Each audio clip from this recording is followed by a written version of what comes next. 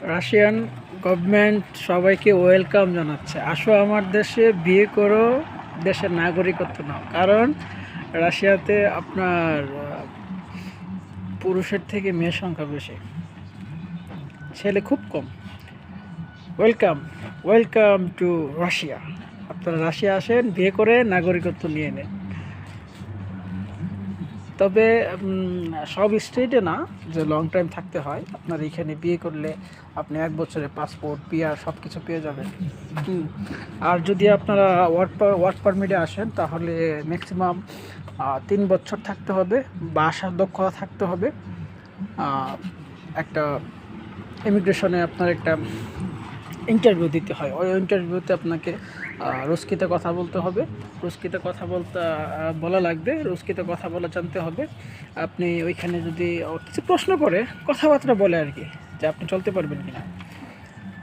তো কারণ সে আপনাকে একটা দেশের নাগরিকত্ব দিবে, আপনি তার ভাষাটা জানেন কিনা। ভাষাটাই হচ্ছে একটা মার মুখের বুলি।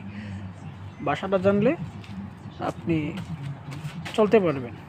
সেটাই হচ্ছে একটা দেশের প্রতি তার ভালোবাসার একটা প্রথম ধাপ। তো ভাষা জানতে পারলে আপনাকে 3 বছরের টেম্পোরারি রেসিডেন্ট দেবে, 3 বছরের টেম্পোরারি রেসিডেন্ট দেবে। তারপরে আপনি 3 বছর যখন শেষ হওয়ার 4 মাস আগে আবার অ্যাপ্লাই করবেন পার্মানেন্ট রেসিডেন্টের জন্য। তারপরে আপনি 2 বছরের একটা 2 বছর মেয়াদের একটা পার্মানেন্ট রেসিডেন্ট পাবেন, সেটা হচ্ছে অভ্যন্তরীণ পাসপোর্ট। পুরো রাশিয়া আপনি কাজ করতে পারবেন। তখন আর আপনি যে স্টেটে আসছেন ওই স্টেটের বাইরে কাজ করতে পারবেন না, ওরকম কথাটা থাকবে না। তখন আপনি পুরো রাশিয়া কাজ করতে পারবেন। টেম্পোরারি সময় শুধু যে স্টেটে আসেন ওই স্টেটে কাজ করতে পারবেন, এই স্টেটের বাইরে কাজ করতে পারবেন না। আর পার্মানেন্ট রেসিডেন্টটা পাওয়ার পরে আপনি পুরো রাশিয়া কাজ করতে পারবেন। সেটা হচ্ছে পাসপোর্টের মতো সেম দেখতে, ব্লু কালারের, সেটা হচ্ছে অভ্যন্তরীণ পাসপোর্ট। ওইটা দিয়ে আপনি সব কিছু করতে পারবেন এবং পুরো রাশিয়া কাজ করতে পারবেন। একমাত্র রুস্কি যেই নির্বাচন হয় ওইটাতে অংশগ্রহণ করতে পারবেন না, এছাড়া সকল সুযোগ সুবিধা আপনি গ্রহণ করতে পারবেন। তো এটা গেল একটা ইনফরমেশন। তারপরে আপনার 2 বছর পর শুধু এটাকে রিনিউ করে নেবেন।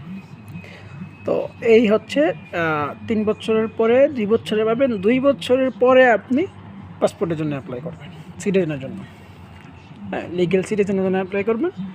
তখন আপনার 2 বছর আপনাকে পেন্ডিংয়ে রাখবে, ওইটা পেন্ডিংয়ে রাখবে। তারপরে আপনার একটা ইমিগ্রেশনে আপনার একটা ইন্টারভিউ হবে ছোট্ট করে।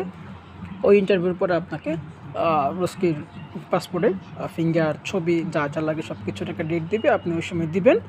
দেওয়ার পরে দেন আপনাকে শপথ গ্রহণ করা হবে, পাসপোর্ট দিয়ে দিবে।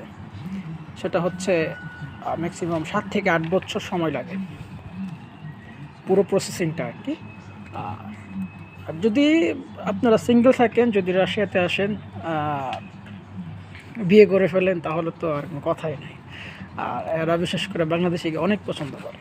তবে এরা বিশেষ করে চেষ্টা করে রাশিয়ান ছেলেদেরকে বিয়ে করার জন্য। আর হচ্ছে ইউরোপের জার্মানিটাকে বেশি লাইক করে, হ্যাঁ, জার্মানি ছেলেদেরকে লাইক করে আর চেষ্টা করে রাশিয়ান ছেলে বিয়ে করার জন্য আর কি।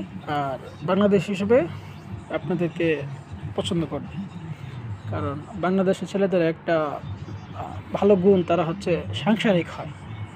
হাতে গোনা কয়েকজন হয়তো বা নষ্ট হয়ে যায়, কিন্তু বেশিরভাগ ছেলেই সাংসারিক হয়। রাশিয়াতেও সবাই সাংসারিক না, রাশিয়ান ছেলেদের সমস্যা আছে, এগুলা বুঝিনি।